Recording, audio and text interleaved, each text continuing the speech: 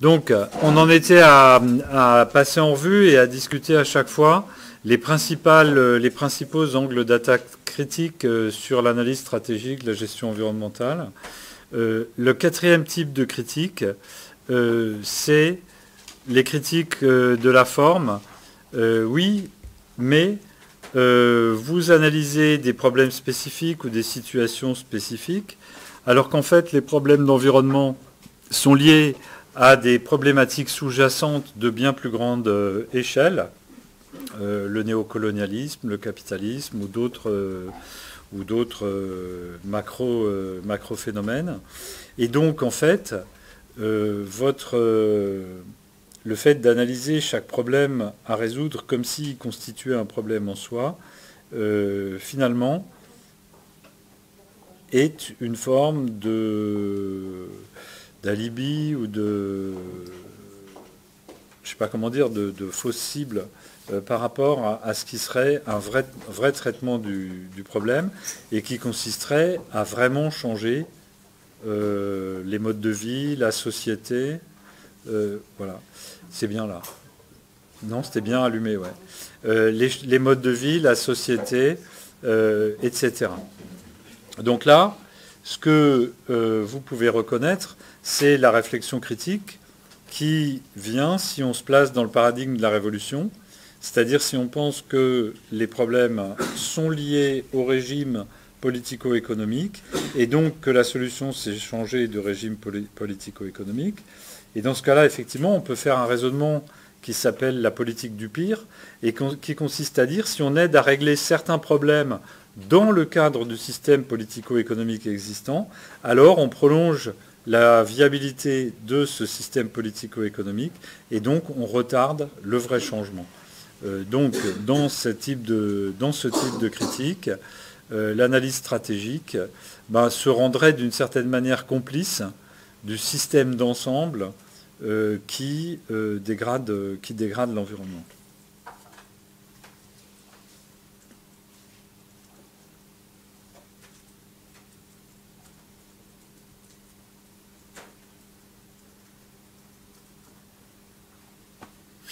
Qu'est-ce qu'on fait? On arrête là? On dit, écoutez, ouais, ça y est, on est mort. Là, c'est pas la peine de faire ces analyses critiques sur des dossiers particuliers, puisque effectivement, il faudrait d'abord changer le système politico-économique. Ou bien on a un truc à répondre. Ouais, allez-y. N'oubliez pas de le brancher.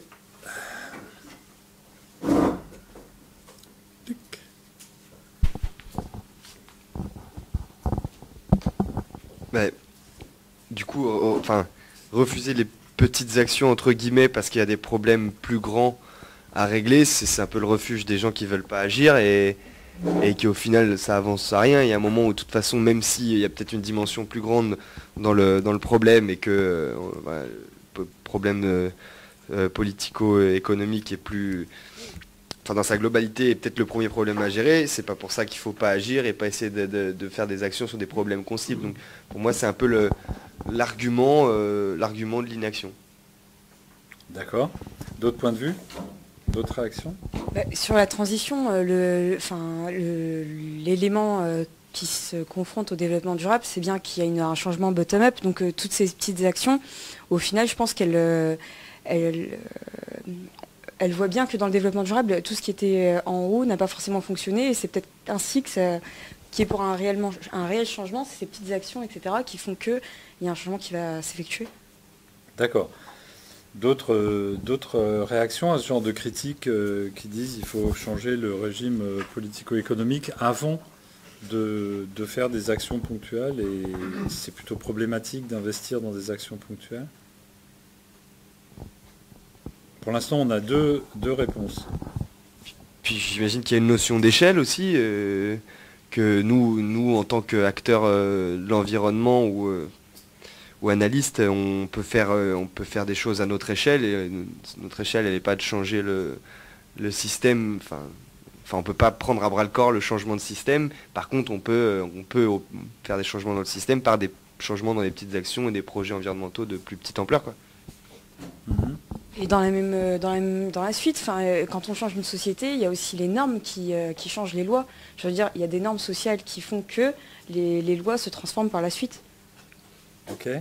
Donc pour l'instant, vous avez mis sur la table 3 éléments de discussion importants, qui sont très différents l'un de l'autre quand même. Hein. Le premier élément, c'est un refus de la politique du pire. C'est-à-dire qu'il faut bien faire la part des choses entre 2 positions qui sont différentes. Il y en a une qui est de dire, peut-être qu'il faut changer le système politico-économique, mais en attendant, améliorons des problèmes X ou Y. Donc ça, c'est un refus de la politique du pire. C'est-à-dire qu'en disant ça, vous refusez l'argument qui est de dire, si en refusant de régler les problèmes spécifiques, on aggrave la situation, alors on favorise la crise qui permettra un changement du système politico-économique. C'est ça la politique du pire. Hein. C'est-à-dire le système s'autorégule, en résolvant des problèmes d'environnement, on l'aide à s'autoréguler, et donc finalement on retarde l'échéance de son basculement vers un vrai changement. Non, c'est aussi une critique. C'est aussi une critique de gauche hein, de l'action environnementale, qui consiste à dire, vous rendez tolérable le système capitaliste en essayant de résoudre certains des problèmes environnementaux qu'il pose, et en le rendant tolérable, vous retardez le changement. Donc, ça, c'est une question d'appréciation. Hein. C'est vrai que le fait de choisir d'agir pour régler des problèmes, c'est ne pas choisir la politique du pire. Après ça, il y a effectivement 2 attitudes différentes si on n'a pas choisi la politique du pire. Une des 2 attitudes, c'est de dire peut-être qu'il faut changer le système. Ça a été ce que vous avez dit. Hein. Peut-être qu'il faut changer le système, mais de toute façon, en attendant, il faut aussi régler les problèmes pratiques et puis c'est pas antagoniste. Et puis vous avez un autre argument qui est de dire les systèmes macro, ils changent par des actions à plus petite échelle, et c'est ça qui va changer soit les comportements, soit les règles, soit les normes, et finalement créer du changement à l'échelle macro. Hein, donc effectivement, là on est dans l'idée que l'action, on revient sur un thème que j'avais abordé la semaine dernière, c'est que l'action se situe au niveau micro, même si on s'intéresse aussi à des changements qui ont lieu au niveau macro.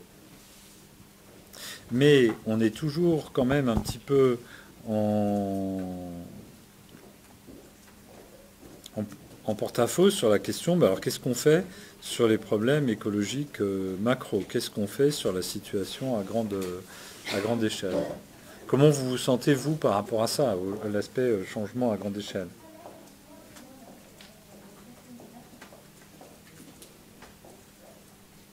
Ouais. On peut se dire que par l'action micro, au niveau local, on a aussi une forme d'exemplarité et aussi de promouvoir la transformation à un niveau plus global, quoi. Voilà, donc alors là, on continue à enrichir votre réponse qui était de dire les actions bottom-up peuvent déboucher sur du changement à plus grande échelle. Et là, il y a plusieurs théories d'action qui vont dans ce sens-là. Il y a la théorie, une expérience réussie incite d'autres gens à faire la même expérience réussie.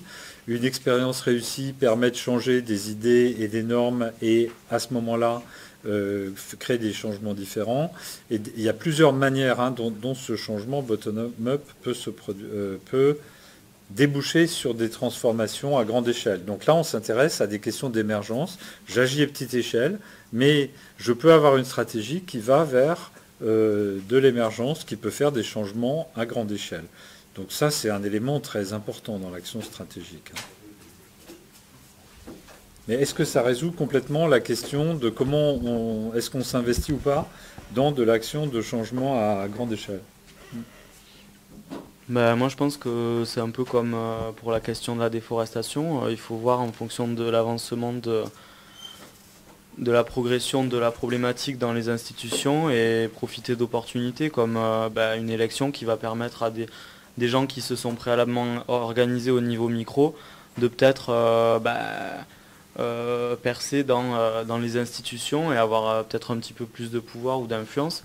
Et une fois que s'il n'y a rien du tout, on se contente du niveau macro en attendant une opportunité. Et Du s'il y a niveau micro, déjà vous voulez dire. Micro, pardon. Ouais.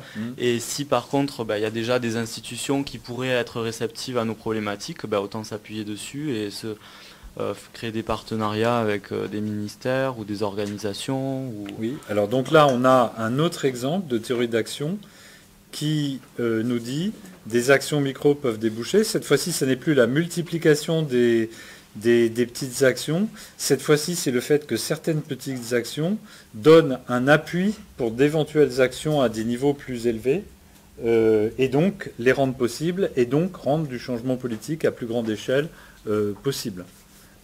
Exemple dans le cas brésilien, là je parle de ce que je ne connais pas, mais si un mouvement socio-environnemental très important et qui participe à la campagne pour l'élection d'un président qui arrive à se faire élire pour changer le système politique sur cette base-là, eh bien on a un appui basé sur des actions micro qui va permettre de faire des changements politiques à plus grande échelle. Donc on a plusieurs théories d'action possibles sur comment peut fonctionner ce rapport entre l'action micro et puis des changements à plus grande échelle. Après, il y a certaines théories qui disent que, en fait, quand on se base, que l'innovation, qu'il y a un manque de croissance et que l'innovation, tout ce qui est innovation environnementale, ça créera la croissance, la nouvelle, celle qu'on attend. Mais en même temps, moi, je sais pas, je me dis que si on donne une béquille au capitalisme, avec ces exemples verts, etc., est-ce qu'on ne repeint pas justement, on parle de ça aussi, de capitalisme repeint en vert. Et au final, est-ce qu'on revient, ça devient même peut-être plus grave dans le sens où on croit bien faire, et au final, non, ça rend encore plus pervers la chose. Voilà, c'est bien ça. Là, vous redites effectivement un des exemples de formulation de cette critique-là. Alors, il y a une première question qui est quand même la différence entre le fait à mes yeux, il y a une différence majeure entre des actions dans ce cadre de croissance verte qui effectivement règlent des problèmes d'environnement et des actions qui se présentent comme des actions pour régler des problèmes d'environnement. C'est pas du tout la même chose. Donc il y a déjà un premier tri. Ce qui est certain, c'est que si c'est des actions qui se présentent comme une solution à un problème d'environnement, alors qu'elles ne règlent aucun problème d'environnement, là, il n'y a même pas besoin de discuter. La critique est justifiée. Donc ça, de mon point de vue, le point clé de la SGE là-dedans, c'est comme on part sur la question est-ce que ça résout ou pas tel problème d'environnement, là, on ne risque pas de tomber dans cette impasse-là. Donc, par contre, on reste exposé à la critique qui est de dire, oui, vous réglez tel problème d'environnement, mais en fait, en faisant ça, vous servez d'alibi au système, et donc vous lui apportez de la bonne conscience, de la crédibilité politique, et donc de la survivance. Vous voyez bien la différence entre les deux choses. Ouais. Mais du coup, quand on voit ça, on se dit bien qu'on ne peut pas changer le système en entier, puisque moi je le vois comme ça, on ne peut pas changer le système en entier puisqu'on va le pervertir d'une certaine façon, parce que les personnes qui ont le pouvoir, etc., ou qui ont du capital, ils n'ont pas envie que ça change, et du coup ils vont faire semblant d'être verts ou repeindre d'une certaine façon, et du coup ce qui compterait vraiment pour qu'il y ait du changement, pour moi c'est les petites actions. Je ne sais pas si j'ai été claire. Oui, mais imaginez que quelqu'un pense qu'il y a un gros potentiel dans le développement du bio et choisisse comme action pour son entreprise de soutenir et de miser son entreprise sur un développement massif du bio à l'échelle nationale en France. Oui, cet exemple est là, mais l'inverse peut être vrai aussi. Pardon ? L'inverse peut être vrai. Les deux peuvent être vrais, mais si les deux peuvent être vrais, il n'y a pas de raison que la logique entrepreneuriale joue dans un sens ou dans l'autre. Ouais, elle peut jouer dans les deux sens. Dans ce cas-là, si on prend cet exemple. Hein. Oui, j'entends bien, mais si on se base toujours sur un système économique qui reste le même, on aura plus tendance à virer dans un côté qui est pervers que de l'autre, à mon sens. Pour quelle raison ? Parce qu'on se base sur un système capitalisme toujours. Ok, donc là vous êtes dans l'hypothèse que le système capitaliste est la cause de la dégradation de l'environnement. Ok, donc là on arrive à des points clés de cette discussion critique. Donc il y a un moment où il faut discuter de cette hypothèse. Effectivement,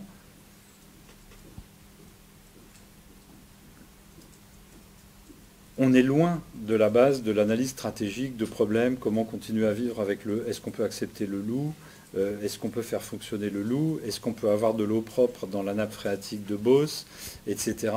Donc on commence à s'éloigner de ça.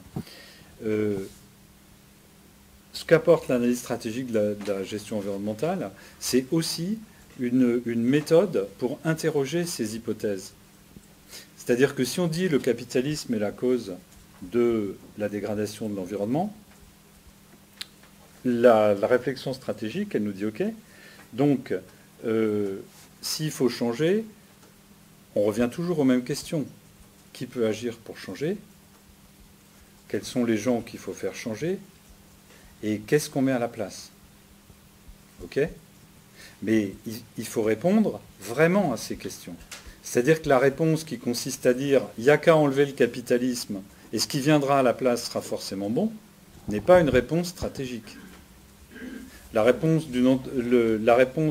stratégique pour une ONG qui agit sur un dossier d'environnement et qui s'aperçoit que ça ne marche plus ou que c'est plus pertinent, la réponse qui consiste à dire « n'importe quoi d'autre, ça va le faire » n'est pas une réponse stratégique.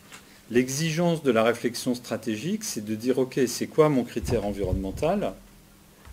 Quelle réorganisation permettrait de remplir ce critère environnemental? Qui peut agir pour cette réorganisation? Et donc, le raisonnement stratégique, on peut aussi le transposer au niveau macro, c'est-à-dire que le fait de dire on devrait organiser la société différemment, conduit à la question, OK, qui agit pour organiser la société différemment? Comment peut se dérouler cette action? Et quelle organisation on met à la place?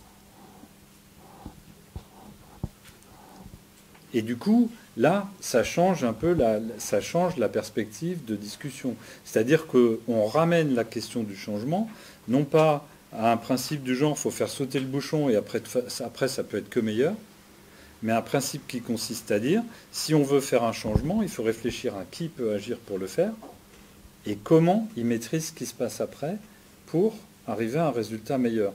Donc on peut aussi avoir une réflexion stratégique là-dessus. L'autre aspect, c'est le suivant. C'est que dans la pratique, les arguments qui portent sur le niveau macro, ils sont très souvent utilisés par des acteurs qui en fait agissent au niveau micro. C'est-à-dire que c'est des acteurs qui agissent au niveau d'un terrain, d'un dossier, d'une filière, et qui ont un discours hyper global. Par exemple, mettons que je sois quelqu'un qui développe de la permaculture à petite échelle dans les Deux-Sèvres autour de Saint-Mexant. Donc je fais mon action et j'ai un discours à fond contre l'industrie agroalimentaire, le capitalisme, etc. etc.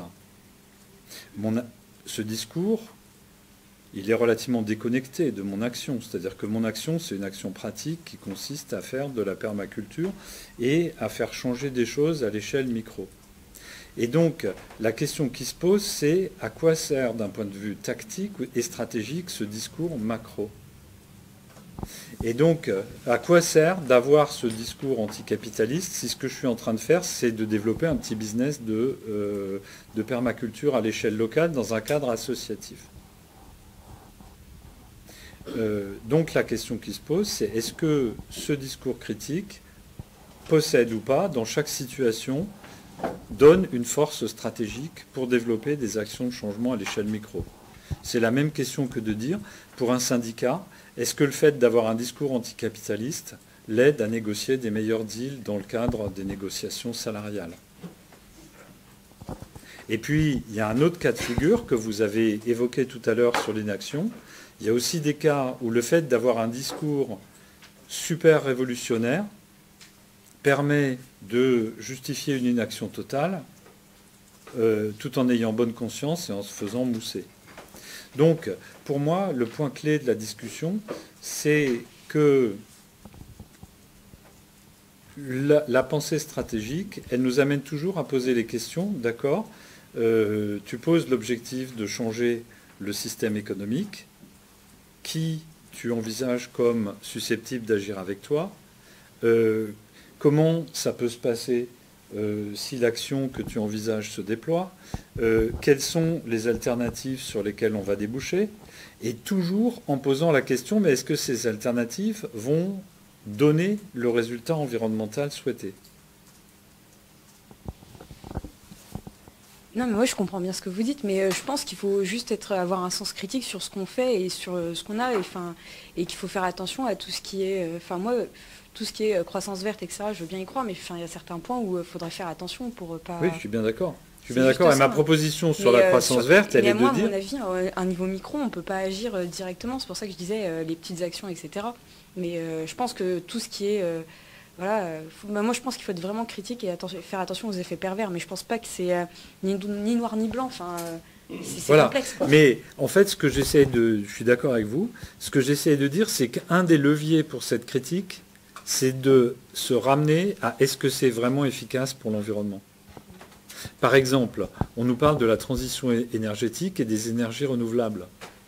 Moi, ma critique là-dessus, elle porte sur le fait qu'à chaque projet d'énergie renouvelable, il faut regarder s'il est bon pour l'environnement. Et ce qu'on va voir, si on fait ça, c'est que 2/3 des projets d'énergie renouvelable ont un bilan environnemental qui est globalement négatif. Donc, et que 1/3 sont vachement bien et ont un bilan environnemental super et sont des vrais leviers de changement. Et donc, pour moi, ce qui pose un problème de déficit, c'est le fait qu'on dit environnement, environnement, donc on va faire ça, et on ne pose plus la question de l'environnement. Donc, pour moi, il y a un des leviers critiques, c'est un levier critique environnemental qui consiste à dire, voyons à chaque fois ce qu'on nous propose sous l'étiquette croissance verte, et à chaque fois, regardons si c'est bon pour l'environnement ou pas. Et ça veut dire aussi que dans le développement pratique de l'action, on peut se demander à chaque fois qui est capable de s'opposer à des projets qui se présentent comme de la croissance verte et qui en fait sont juste de l'agitation écologique. Je prends un exemple qui est les agrocarburants, qui ont été vendus à un moment comme étant là pour le climat, le développement durable, etc. C'est hyper contestable que ça apporte quoi que ce soit sous cet angle-là. Et par ailleurs, ça a plein d'effets pervers sur l'environnement. Et donc, c'est une critique environnementale que l'analyse stratégique inciterait à porter là-dessus. Quel est le critère environnemental de référence? Comment juge-t-on tel projet ou pas? Vous voyez ce que je veux dire? Donc, je suis tout à fait d'accord avec vous sur ce projet d'être critique et de regarder les effets pervers. Et effectivement, ça donne des guides sur une des manières d'être critique, en refocalisant sur les effets environnementaux. Peut-être qu'on va passer à au dernier type de critique. Alors le dernier type de critique auquel on se heurte de manière récurrente avec l'analyse stratégique, c'est ce que j'ai appelé les topics obligés. Alors les topics obligés, les topics c'est des sujets, des sujets obligés. Donc par exemple, vous travaillez sur la déforestation, et puis, vous allez dire, OK, moi je veux travailler sur la déforestation en Amazonie. Et puis, dans le cercle où vous discutez votre recherche, vous dites, moi ma problématique, c'est le maintien de l'écosystème et quelles sont les marges de manœuvre pour le maintien de l'écosystème. Et à coup sûr, vous allez avoir quelqu'un qui va lever la main et qui va dire, attention, il y a un problème de pauvreté, on ne peut pas ne pas parler du problème de pauvreté. Donc vous ne pouvez pas centrer sur le problème de déforestation, il faut 2 centres, déforestation et pauvreté. Alors vous dites, bon, d'accord, pauvreté. Puis il y a quelqu'un d'autre qui va lever la main et qui va dire, attention, il y a quand même un problème de genre. C'est-à-dire qu'il y a la question de la place des femmes dans les problèmes écologiques de l'Amazonie. Donc vous ne pouvez pas centrer votre problème uniquement sur la déforestation et la pauvreté, il faut aussi le centrer sur la problématique des femmes. Et donc il y a un certain nombre, etc., on peut continuer comme ça. Donc il y a une autre critique, c'est une critique qui essaye de neutraliser la mise en lisibilité de la lecture sur les résultats écologiques en rajoutant des thèmes obligés qui disent ben non, vous ne pouvez pas centrer sur un thème, il faut 2 thèmes, 3 thèmes, 4 thèmes, parce que cela, vous n'avez pas le droit de ne pas les traiter au même niveau. Pauvreté, problématique des femmes, droits de l'homme, etc., etc. Donc on peut en rajouter. Et donc si vous êtes en train de discuter d'un projet de recherche ou d'une approche analytique, c'est vraiment un des débats critiques qui va venir très souvent. Mais pourquoi, alors a posteriori ce sera, mais enfin, pourquoi avez-vous mis cette question à un niveau pareil alors qu'il y en avait d'autres? On rejoint un peu ce qu'on a eu, mais c'est souvent même au début, non, il faut intégrer. Et donc si vous cédez, c'est-à-dire vous dites ok, on intègre ça, ça, ça, vous courez un fort risque de perdre complètement le centrage et d'arriver à une étude flottante, mal centrée, et qui du coup ne permet pas de délivrer un diagnostic clair sur les mécanismes et qui arrive à dire, bah oui, en fait, on retrouve un peu le problème de la pauvreté, etc. Et on n'arrive pas à un diagnostic clair. Alors, ce que vous constatez, c'est que ça, c'est les critiques qui viennent du paradigme de l'acteur minoritaire de changement, mais de la part d'objecteurs qui, eux, ont pour référence un autre problème que l'environnement. On ne peut pas leur en vouloir, si vous voulez. Un chercheur qui dit, moi, le problème sur lequel je suis, c'est la pauvreté. Pour moi, l'acteur minoritaire, il faut qu'il se batte sur la pauvreté. Ben, quand vous arrivez pour aller vers l'environnement, lui il va dire stop. Non, c'est la pauvreté, c'est logique, il est dans son rôle d'acteur minoritaire. Donc la question, c'est comment on fait par rapport à ça?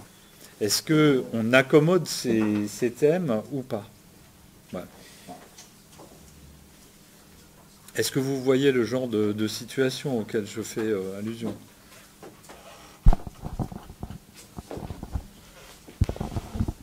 La parution des 17 objectifs de développement durable internationaux, est-ce qu'elle n'incite pas justement à multiplier les angles d'approche? Oui. Et comment y faire face?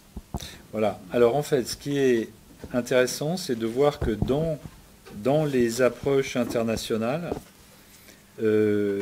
ces topics obligés ont été d'une certaine manière codifiés. C'est-à-dire que si vous intervenez sur des problèmes comme celui qu'on a vu ce matin dans des pays du Sud, il y a une sorte de checklist, je ne me rappelle plus comment ça s'appelle, de concerns qui sont codifiés. Et donc, dans ces cadres d'instances internationales, vous devez aborder la problématique des peuples indigènes, la problématique de la pauvreté, la problématique des femmes, etc. Il y en a une dizaine. Et donc, en fait, si on accepte de passer par là, le diagnostic, il est précodifié d'avance, c'est-à-dire, voilà le problème vu sous l'angle de chacune des topics. Mais du coup, on dissout complètement la question de l'efficacité environnementale, puisque dès le départ, on n'a plus ce qui fait la force de l'analyse stratégique, c'est de dire, voilà, l'enjeu clé, et ce que vous avez vu avec Rummelt, quel est le défi central qui sert de référence à l'analyse. Là, on a plein de défis, et on se retrouve comme une entreprise qui dirait, j'ai plein de problèmes, mon marché fout le camp, mes machins, mes salariés, mon image de marque, etc., etc. Donc je vais faire un peu de tout, et je vais faire un diagnostic mélangé. Donc il y a un vrai problème qui est posé dans cette multiplication des topics. Mais c'est pas un peu le risque de hiérarchiser les problèmes, comme si l'environnement c'était moins important que quelque chose d'autre, par exemple? Vous voyez ce que je veux dire ou pas? Par exemple, de se dire que bon, bah, c'est bien beau votre projet parce que vous voulez sauver la forêt, par exemple, mais on a des problèmes sociaux d'abord, on a les Oui, tout à problèmes fait.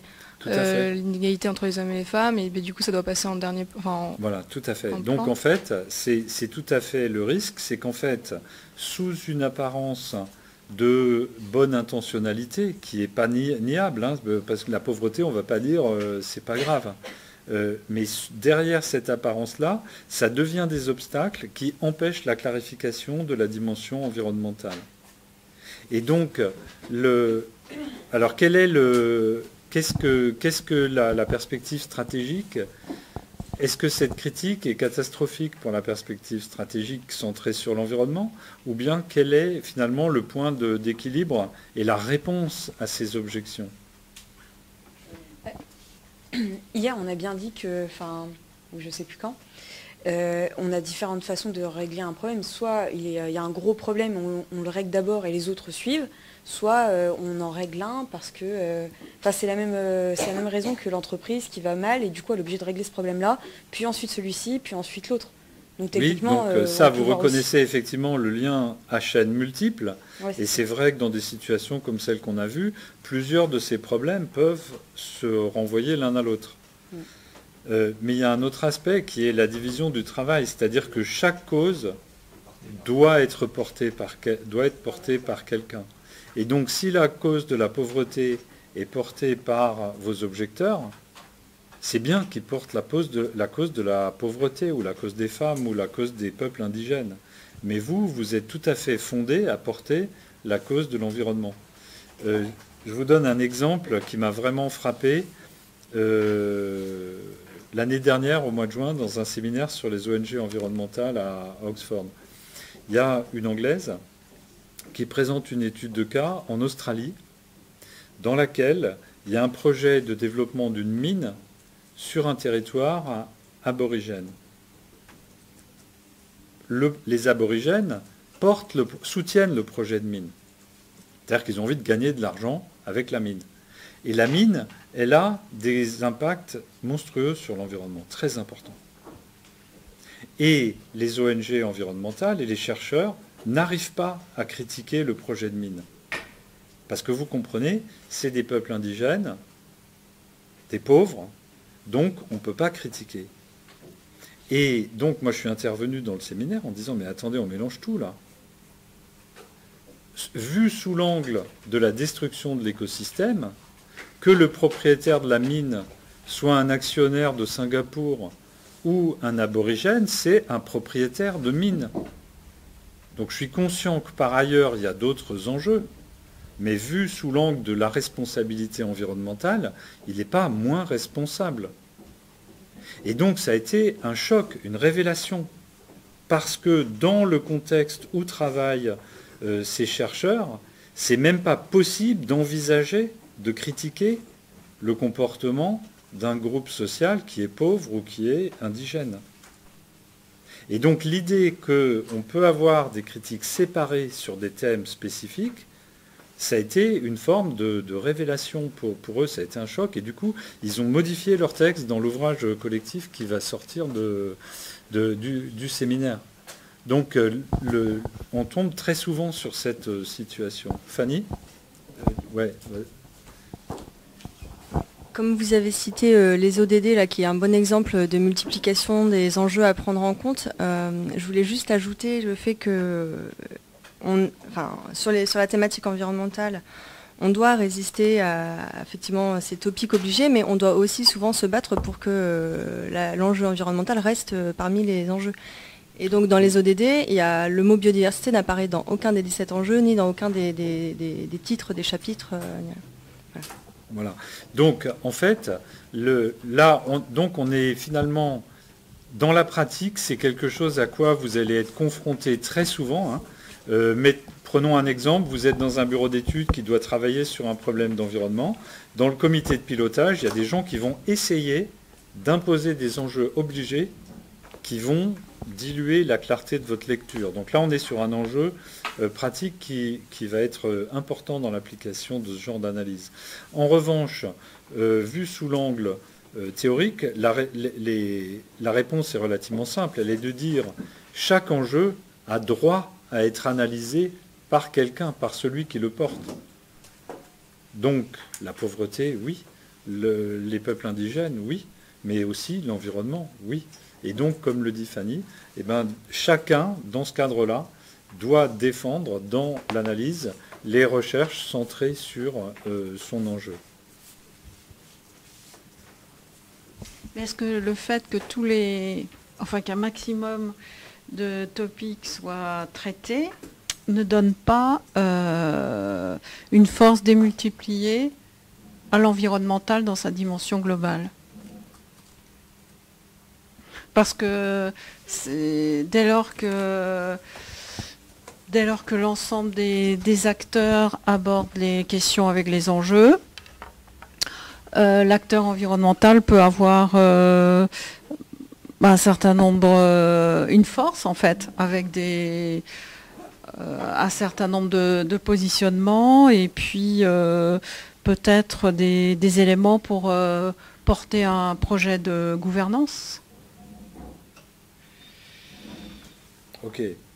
Alors, je reformule ce que vous avez dit autrement, vous me direz si j'ai bien compris. Ce que vous dites, c'est que si l'analyse sur l'environnement arrive à prendre en charge bien le problème d'environnement, mais en même temps à analyser aussi les problèmes des autres, alors dans ce cas-là, l'acteur d'environnement peut prendre une forme de leadership pour la gouvernance globale du problème. Oui. Ok, donc j'ai bien compris. La réponse, c'est que si ça c'est possible, alors oui, pourquoi pas. Mais le problème, c'est que ce qu'on observe, d'habitude, c'est plutôt ce dont parlait Fanny. C'est-à-dire que, et comme vous le disiez, un autre intervenant le disait tout à l'heure, en fait, ce qui se passe, c'est que les autres problématiques, elles ont déjà plein de gens qui les ont développées, qui ont des discours, des analyses, etc., etc. Ce qui fait que quand on les met sur la table, elles vont tendre déjà à encombrer le paysage de leurs revendications, de leurs propositions, etc. Et donc que ça va étouffer la pousse plus petite ou plus jeune du problème d'environnement. Donc, je n'ai pas d'objection de principe à cette approche de la gouvernance. En revanche, je pose le problème qui se pose, c'est en pratique, est-ce que dans chaque situation donnée, il faut se poser la question? Donc il y a un type de situation pratique dans lesquelles cette approche peut se faire, c'est les situations pratiques dans lesquelles l'acteur d'environnement est déjà dominant. Par exemple, si vous êtes dans un territoire de parc national où l'acteur d'environnement a une place institutionnelle, des moyens techniques, financiers, administratifs, réglementaires très importants, alors il peut gagner un avantage stratégique à prendre en charge aussi les problèmes des autres. Mais donc, cette question de est-ce que je suis en position stratégique de défendre le thème de l'environnement pour pas qu'il soit noyé par les autres et qu'il puisse être négocié dans la gouvernance, ou bien est-ce que je suis moi en position de leader de la gouvernance et dans ce cas-là, ça peut être un avantage stratégique de prendre les autres. Ça dépend de la situation, il ne faut pas se tromper de diagnostic stratégique. Mais si on fait le raisonnement stratégique, je vais prendre aussi les problèmes des autres, alors qu'en fait on est faible et qu'on a peu d'éléments sur l'aspect environnement, alors ça a toutes les chances d'échouer.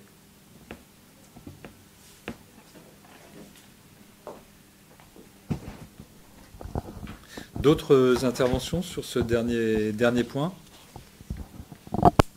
Donc, ce que vous voyez, c'est que là, on a vu des critiques très différentes. Vous avez vu aussi que ces critiques, elles ont tendance à être enracinées dans les différentes visions fondamentales qu'on se fait du traitement des problèmes publics, depuis le paradigme du gouvernement jusqu'au paradigme de la révolution, et que même à l'intérieur du paradigme de l'acteur minoritaire de changement, il y a des critiques, mais tous ces outils d'analyse, ils permettent de mieux comprendre le débat et de comprendre, de choisir au fond un angle d'analyse clair.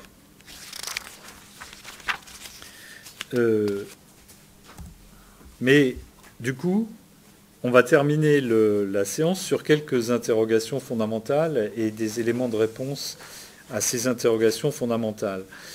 Au-delà des critiques qui tiennent à ce qu'il y ait d'autres gens qui sont sur des approches très différentes, il y a aussi, ça nous renvoie à une perplexité fondamentale. Comment ça se fait qu'on essaye de voir un processus très global, comme la déforestation dans la Terra do Meio, à partir d'une préoccupation qui est celle uniquement d'un acteur. C'est comme si on essayait de voir le tout à partir du point de vue d'une partie. Il y a quelque chose de très bizarre là-dedans. Alors que nous, on est habitués, pour voir un tout, à essayer de se situer en dehors de ce tout et à prendre du recul pour le voir dans son ensemble. Une deuxième perplexité qui, pour moi, a été très importante dans mon travail, à la suite de ma thèse, quand j'ai publié un article qui la résume en 91, je terminais sur une question de perplexité qui était la suivante. Ok, admettons que le changement pour l'environnement ne peut reposer que sur une stratégie de pouvoir de la part d'un acteur d'environnement. Mais si on raisonne comme ça, en face de lui, il y a des acteurs qui eux aussi agissent en termes de pouvoir. Mais si eux sont à fond dans une stratégie de pouvoir, comment le changement est-il possible ? Vous voyez ce que je veux dire ? Si on reconnaît le fait que pour changer le système agricole, il va falloir monter des stratégies de pouvoir face à un système de pouvoir, et si on se dit, dans ce cas-là, le secteur agricole en face, eh bien lui, il va monter aussi une stratégie de résistance à fond, en mobilisant à fond ses moyens de pouvoir, on débouche sur une impasse. Il y a une forme d'énigme. Comment le changement est-il possible dans ces conditions-là ? Donc moi, je n'avais pas de réponse toute faite. Et dans mon article, j'avais exprimé cette perplexité en disant, voilà, mon analyse, elle allait jusque-là. Mais là, je reste un petit peu avec cette question sur le cœur. Et puis, il y a une étudiante dans le master EDDE, il y a 2-3 semaines, qui me pose la question, qui me dit, mais c'est quand j'ai présenté les 6 paradigmes de l'action collective, qui me dit, mais et puis les théories de la gestion de l'environnement, qui me dit, mais en fait, le paradigme de l'acteur minoritaire et l'analyse stratégique, c'est le seul qui ne renvoie pas à une vision idéale ou à un projet utopique ou à une vision positive du changement et de notre rapport entre humains et avec la planète. Alors ça m'a sidéré, je me suis dit, c'est incroyable. Alors effectivement, on voit bien en quoi les autres paradigmes renvoient immédiatement à un modèle utopique. Le gouvernement, c'est l'idée d'une gestion ordonnée des choses qui permet que chacun ait sa place. La gouvernance, c'est le modèle utopique d'une gestion partagée par tous. La coordination, c'est le modèle utopique, disons, d'une collaboration et d'une absence de conflictualité. Hein. C'est une forme d'absence de conflictualité. Et la révolution, c'est évidemment un modèle qui est gouverné par l'utopie de remplacer le système actuel fort imparfait par un système qui, lui, serait meilleur. Donc on voit bien effectivement que ces paradigmes, ils ont un horizon utopique clair. Et donc, moi j'étais stupéfait de sa question, et j'étais stupéfait qu'elle ne voit pas quel est l'horizon utopique de l'acteur minoritaire de changement, quelle est la vision de la société très positive qui est, elle aussi, portée par ce modèle. Alors vous, comment vous le voyez, ce modèle utopique ?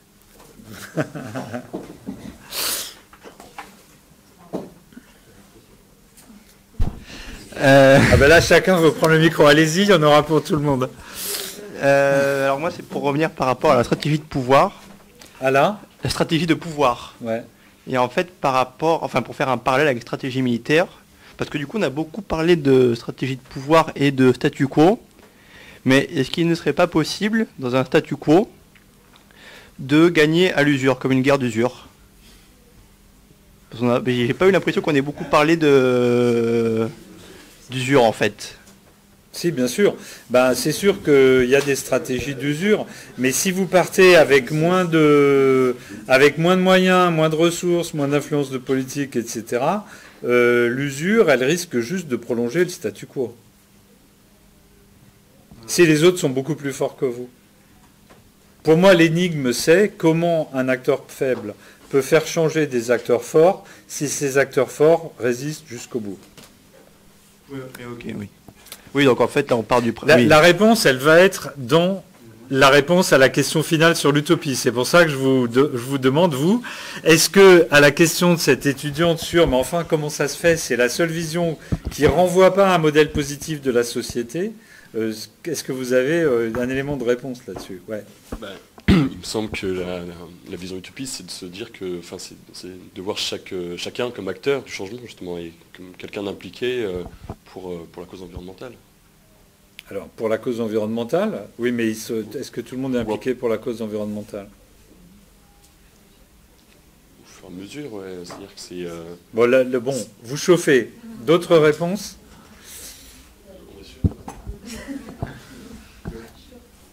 Pour moi, la réponse utopique, c'est au niveau micro. C'est chaque individu qui a cette réflexion, c'est son utopie à lui, qui est différente de chaque personne qui va... Chaque réflexion, en fait, va avoir son utopie. Ok, donc on continue à chauffer. On est dans un cadre où il y a plein de projets utopiques différents. Alors, ouais.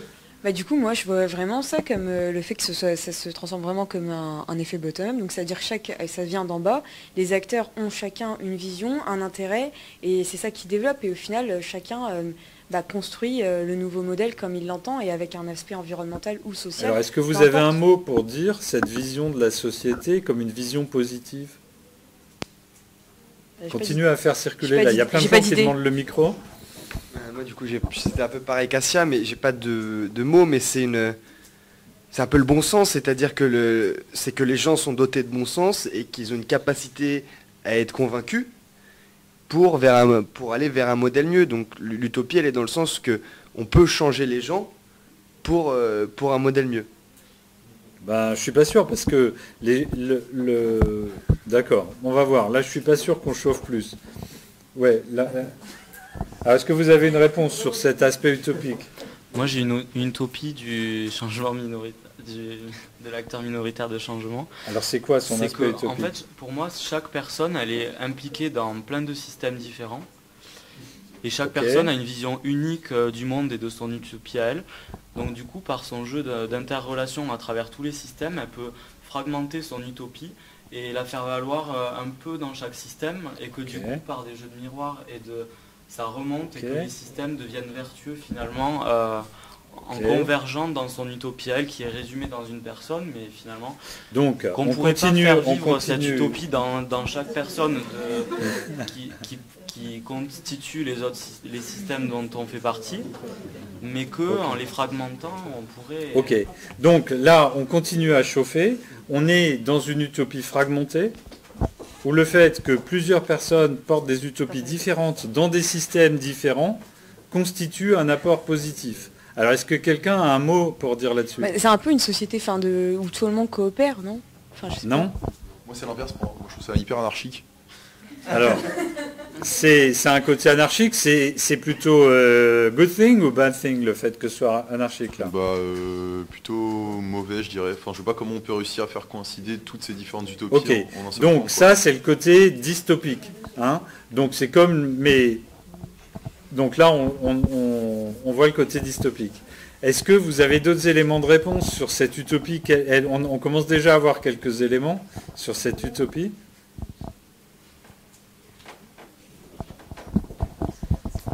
Un meilleur avenir individuel démultiplié qui fait une convergence d'intérêts. Alors, une convergence qui c'est plutôt mais c'est l'idée que c'est la divergence qui est une richesse, puisque qui concourt, voilà. Alors, est-ce que vous avez un mot pour dire un idéal politique dans lequel la divergence est une richesse pour le bien commun? La fragmentation est une richesse pour le bien commun. Pas tout à fait. C'est le pluralisme. Voilà, donc c'est le fait que l'enjeu clé n'est pas de se donner tous ensemble un plan commun pour avancer, mais que si chaque problème est porté par des gens à qui ce problème tient à cœur, tous les problèmes seront portés et que, au bout du compte, ça permettra de construire un monde plus riche, dans lequel plus de problèmes sont portés et dans lequel plus de groupes et de gens ont la possibilité d'épanouir leur propre vision, ou leur propre préférence, ou leur propre projet. Donc, cette utopie, c'est le pluralisme.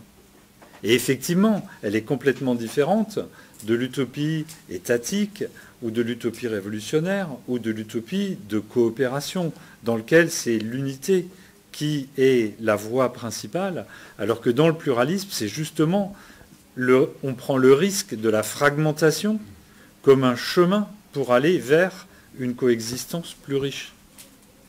Donc pour moi, il y a un horizon utopique, et cet horizon utopique, c'est le pluralisme.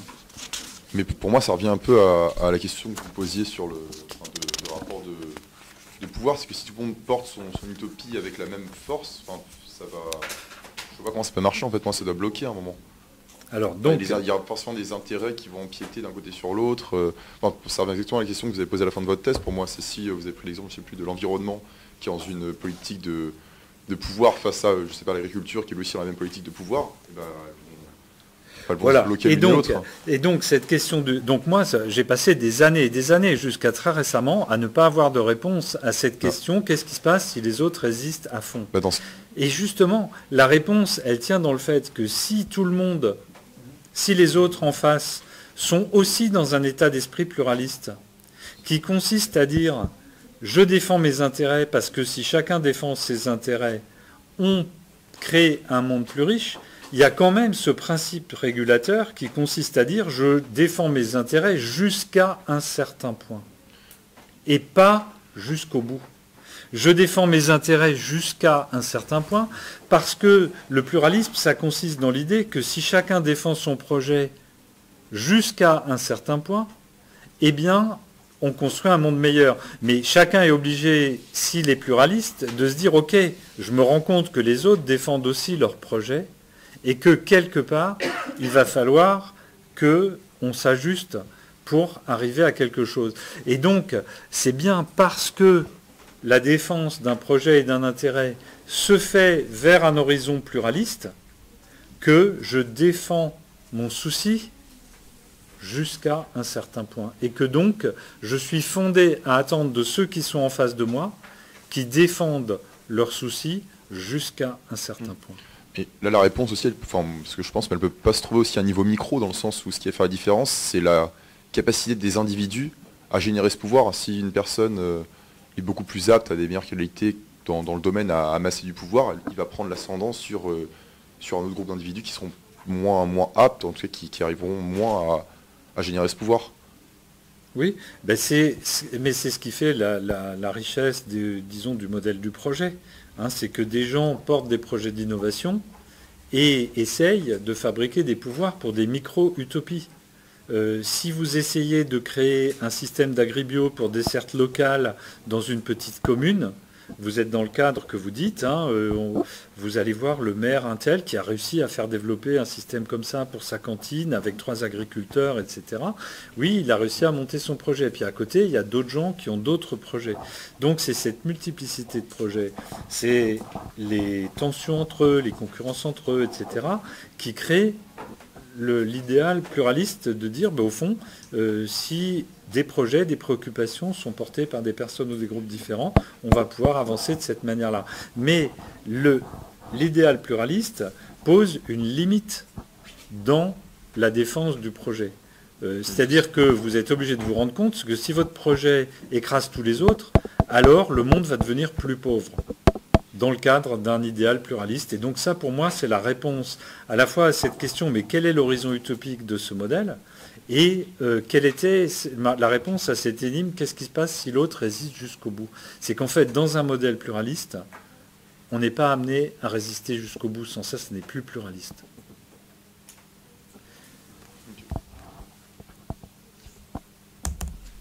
Alors, du coup, avec cet horizon utopique du... Vous pouvez rester parce qu'on va discuter au fur et à mesure, on a presque fini. Du coup, cet horizon, ça nous ramène à aller chercher... Ce qui est curieux pour moi, c'est que nous vivons dans une société qui est, dans une large mesure, pluraliste, où il y a plein de gens qui portent des préoccupations différentes, des marottes différentes, qui écrivent des milliers de bouquins chaque année, qui voient le monde sous des angles différents, et où il y a plein de projets qui coexistent. Mais comment ça se fait qu'on a du mal à donner une valeur morale ou politique à cette richesse-là? C'est curieux, vous voyez ce que je veux dire? On a du mal à le voir, la richesse de cet aspect pluraliste, et l'intérêt qu'il y a à le cultiver, à le pousser plus loin. On ne lui trouve que des défauts de fragmentation, etc. Et donc, il y a vraiment un problème de vision politique là-dedans. À partir de là, il faut aussi voir que la question du pluralisme, elle a été traitée par la littérature philosophique, politique, etc. Et une fois qu'on a identifié que le pluralisme, c'est un aspect intéressant du traitement des enjeux complexes comme l'environnement, ça vaut le coup d'aller voir dans la littérature sur le pluralisme ce qu'elle nous apporte comme idée pour avancer là-dessus. Donc je peux, juste pour apporter quelques exemples et quelques germes, il y a plusieurs visions différentes du pluralisme. Par exemple, il y a le pluralisme qui nous dit il y a des groupes divers qui portent des visions du monde diverses. Il y a le pluralisme politique des partis politiques qui consiste à dire il y a des partis politiques qui portent des synthèses différentes sur les problèmes. Et puis, avec l'analyse stratégique de la gestion environnementale, on n'est pas du tout dans ces pluralismes du groupe qui vont vers le communautarisme ou ces pluralismes de partis. On est dans un pluralisme plus radical qui va vers une fragmentation plus forte, qui dit tel problème, par exemple le loup, est un problème, moi c'est celui-là que je vais porter. Et ce problème, je suis prêt à en discuter avec des gens de n'importe quelle obédience ou politique ou de n'importe quelle communauté territoriale, c'est pas mon problème. Moi ce qui m'intéresse c'est cette question-là. Et puis il y a d'autres questions d'autres gens qui vont défendre la question des méthodes d'éducation pour les enfants ou de toutes sortes de questions. Et c'est précisément le fait de ne pas agglomérer a priori des groupes ou des partis qui donne une possibilité de rester en lisibilité sur les problèmes écologiques. Donc en tout cas, ça vaut le coup d'aller voir ces visions du pluralisme. Un des enjeux clés pour nous dans le champ de l'environnement, c'est le lien, c'est la difficulté du dossier environnement et écologie à rentrer en politique dans le jeu des partis politiques. Et cette difficulté, en fait, elle tient au fait suivant. La question du loup, elle est ni de gauche ni de droite. Elle est indépendante de cet aspect-là. Et donc, si on est dans un pluralisme des groupes ou un pluralisme des partis, la question du loup, elle ne va pas pouvoir être traitée dans son entièreté. Dit autrement, si on ne veut parler de la gestion du loup qu'avec des gens de gauche, ou bien qu'avec des gens de droite, on va s'aliéner tous les autres. C'est-à-dire ceux qui sont pour le loup dans l'autre camp, contre le loup dans l'autre camp, et contre le loup dans notre camp. Donc quand on fait plein de pré-choix, eh bien on diminue le périmètre dans lequel on peut prendre en compte un problème. Et donc, en fait, moi j'appelle ça un pluralisme de préoccupation. C'est-à-dire que la préoccupation environnementale, elle peut être combinée de manière diverse avec d'autres préoccupations. Et il n'y a pas lieu de préempter d'avance avec quel ou quel autre type de préoccupation elle peut s'articuler. Parfois c'est justifié, mais le plus souvent, ça ne l'est pas. Et donc, moi, je suis plus intéressé par des modèles du pluralisme qui sont des modèles de pluralisme assez radical, qui consiste à dire, en fait, chaque projet, chaque préoccupation mérite d'être portée et n'a pas besoin de donner des gages dans des alliances fixées d'avance, mais a le droit de pousser jusqu'au bout ces négociations avec d'autres soucis. Un autre aspect du pluralisme philosophique, c'est ce qu'on peut appeler la pluralité du moi, c'est-à-dire que nous-mêmes, nous sommes pluriels. Si nous regardons la manière dont nous vivons, il y a des moments, je suis un automobiliste, il y a des moments, je suis un cycliste, il y a des moments où je suis indigné par la gestion des déchets et ses résultats. Il y a des moments où moi-même, je vais au supermarché, je fais les courses. Et donc, d'une certaine manière, nous-mêmes, on est multiples. Et on l'est beaucoup plus que ne l'était, si vous voulez, 3 générations avant, où les gens avaient des identités plus figées et étaient obligés d'être plus construits de ce point de vue-là.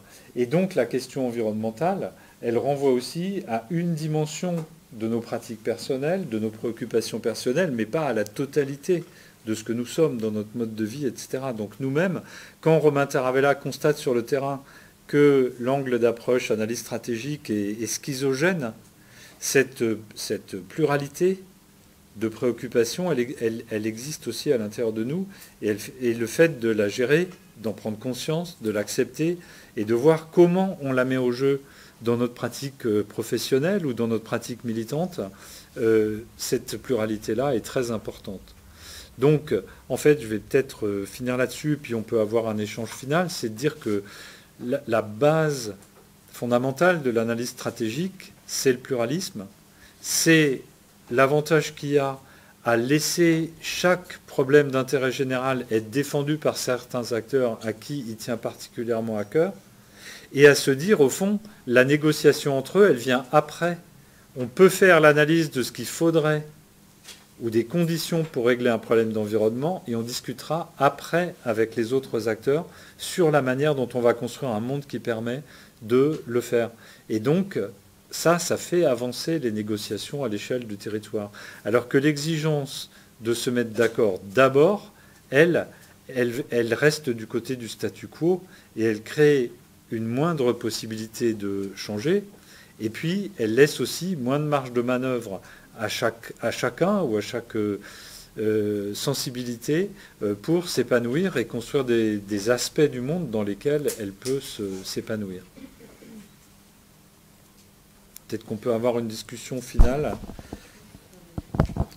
Pour moi, j'ai l'impression que dans l'utopie pluralisme, il n'y a pas vraiment de stratégie, parce que justement l'idée c'est de savoir s'arrêter avant d'être en confrontation avec un autre acteur. C'est-à-dire de porter son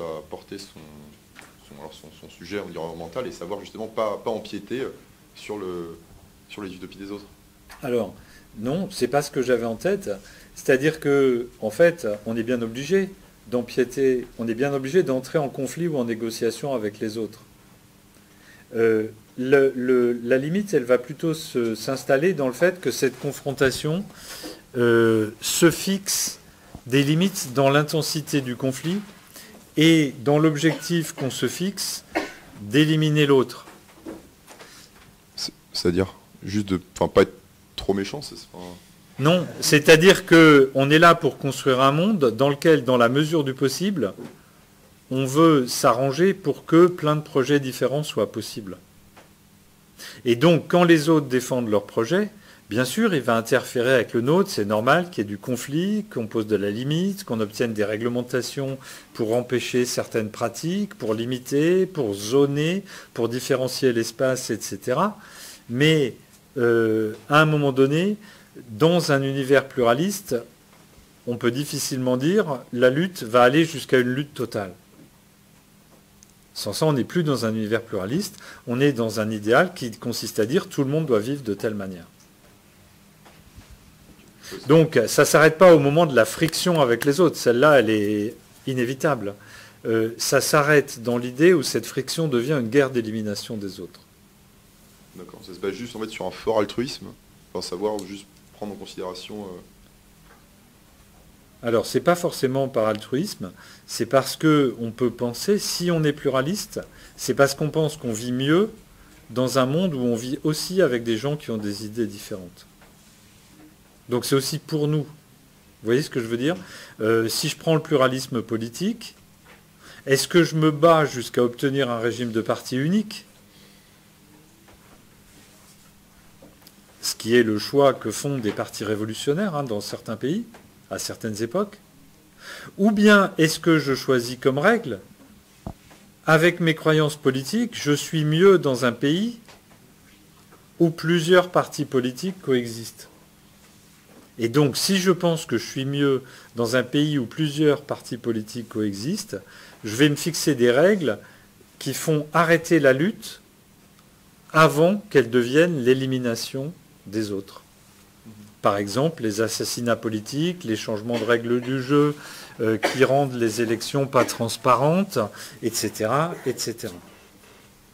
Le fait d'empêcher d'autres gens de se présenter aux élections, toutes ces pratiques qui, elles, reposent sur l'idée qu'il faut que mon parti politique l'emporte, même si c'est au prix d'un système où il n'y a plus de pluralité des partis Mais politiques. cette limite, après, elle est propre à chacun. C'est vous qui décidez de dire qu'aller trop loin pour vous, par exemple, ça va être, je reprends l'exemple, mais l'assassinat des opposants politiques. Mais pour quelqu'un, ça peut être un stade qui est totalement acceptable.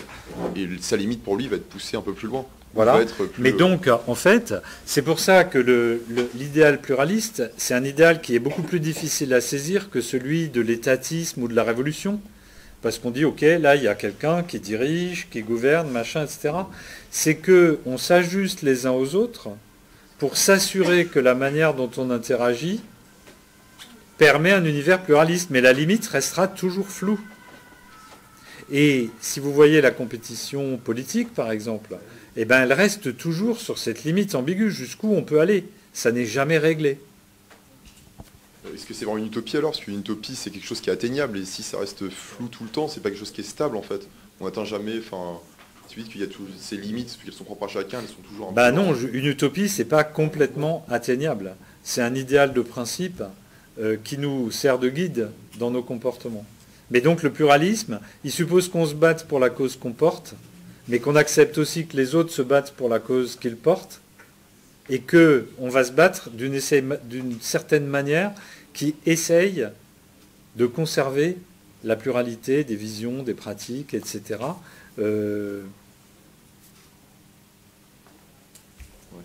Ça va se jouer, comment dire, la méta-règle va se jouer en même temps que la lutte des partis.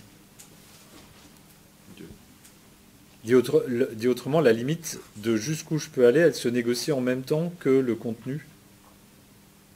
Mais à partir du moment où je considère que pour moi c'est une richesse de vivre dans un monde où il y a plusieurs projets, sensibilités, où chacun porte son truc, c'est aussi mon intérêt de ne pas aller trop loin dans l'écrasement des autres, dans les négociations. Et donc, effectivement, comme vous dites, il y a une part d'appréciation, il n'y a pas une règle absolue, etc. On a des règles, dans nos régimes démocratiques, il y a des règles de pluralisme. Est-ce qu'il faut les déborder au nom de la cause qu'on défend ou pas ? À chaque fois, le jeu, il se fait au fur et à mesure. Et justement, c'est un modèle dont l'instabilité est une richesse, le modèle pluraliste. Mais là, clairement, le rapport de force, il n'est pas en faveur des gens, en faveur de l'environnement. Du coup, mais donc du coup, ok, c'est très bien de prôner le pluralisme et de dire qu'on entend le discours des autres, les intérêts des autres, etc. Mais bon, le fait est que le rapport, les forces en présence sont plutôt en faveur des gens contre l'environnement. Ça dépend sur quoi. Si vous êtes, non, globalement, ça n'existe pas.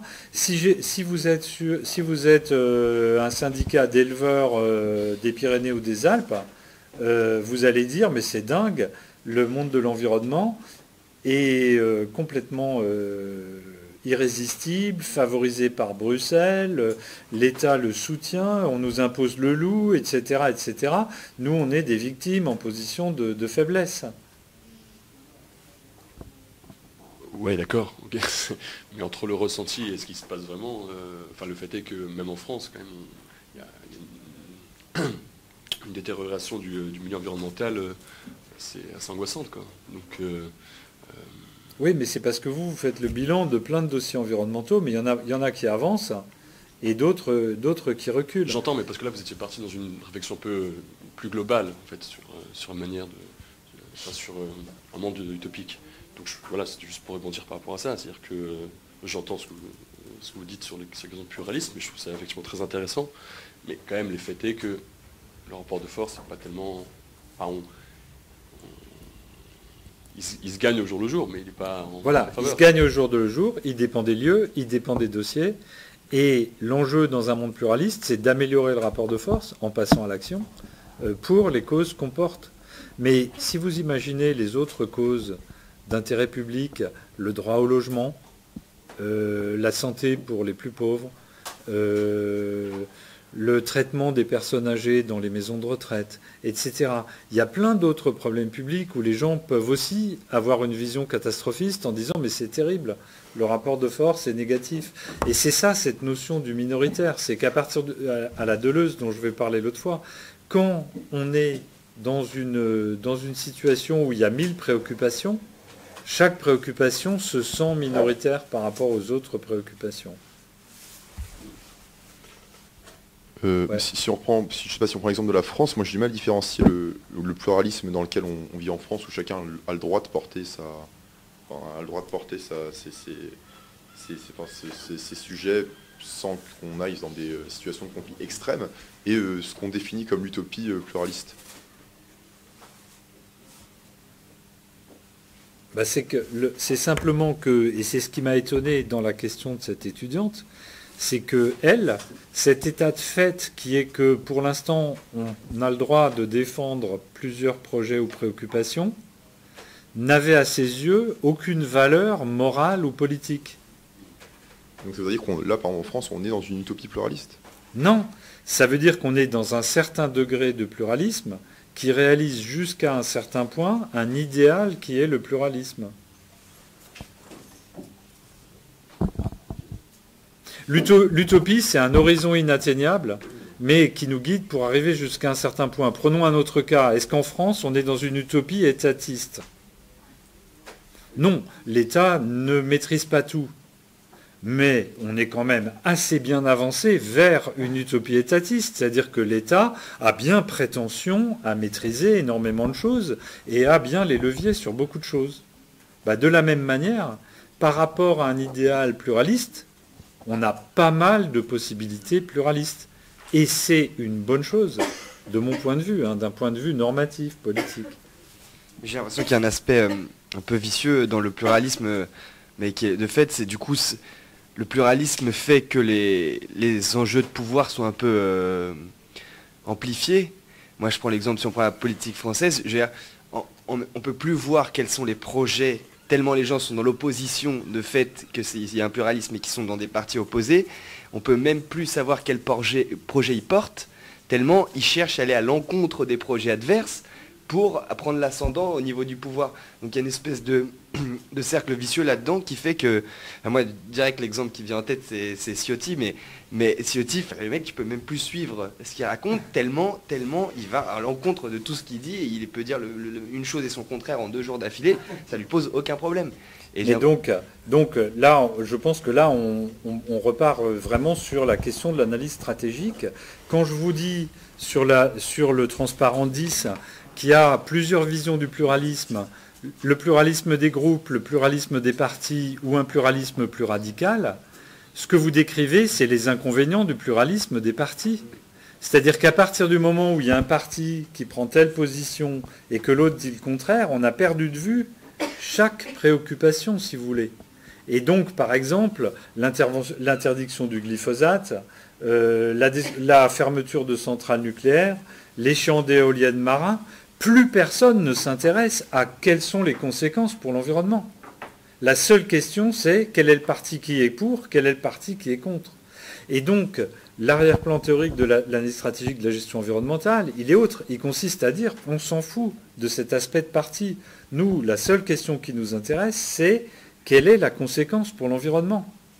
Vous voulez faire un champ d'éoliennes marines dans la baie de Saint-Brieuc, est-ce que ça contribue vraiment à lutter contre le changement climatique pas dans le principe général des éoliennes, mais en vrai dans le contexte français aujourd'hui, dans le cadre du bilan technique du système d'approvisionnement électrique français, quels sont les impacts sur les aspects et les préoccupations environnementales en baie de Saint-Brieuc? Le fait de savoir si c'est la gauche ou les écolos, les verts ou autres qui défendent, ce n'est pas notre problème. Donc, justement, l'idée, c'est que le pluralisme des partis ou le pluralisme des communautés, c'est un pluralisme qui est dans l'impasse, et je le constate comme vous. Et donc, en fait, de mon point de vue, il faut aller plus loin. Et une des manières d'aller plus loin, c'est de dire, OK, vous vous battez sur vos histoires de partis, c'est votre problème. Moi, je m'intéresse à tel enjeu. Et maintenant, je regarde, au-delà de vos querelles, quel projet favorise quoi. Et on va repartir de ça. Et si chacun porte ses propres préoccupations avec cette honnêteté, c'est-à-dire sans se laisser capturer par ces dualismes des partis ou ces partis, et bien à ce moment-là, on va pouvoir revenir à la lisibilité des enjeux. C'est ça l'enjeu de l'analyse stratégique comparé à cette confrontation stérile des partis.